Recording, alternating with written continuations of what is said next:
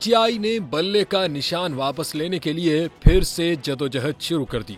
बल्ले का इंतखाबी निशान वापस लेने के फैसले के खिलाफ अपील दायर। मंगल के रोज पाकिस्तान तहरीक इंसाफ ने बल्ले का इंतखाबी निशान वापस लेने के फैसले के खिलाफ सुप्रीम कोर्ट में नजरसानी अपील दायर कर दी है, जिसमें इस्तदा की गई है कि सुप्रीम कोर्ट इंट्रा पार्टी इंतखाबात के फैसले पर नजरसानी करे और पेशावर हाई कोर्ट का फैसला बहाल करे।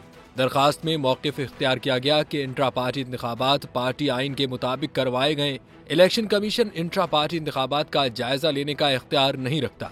गुज़िश्ता माह सुप्रीम कोर्ट ने इलेक्शन कमीशन की अपील पर फैसला सुनाते हुए पीटीआई के इंट्रा पार्टी इलेक्शन कलअदम करार दिए थे और पार्टी का इंतखाबी निशान बल्ला भी वापस ले लिया था।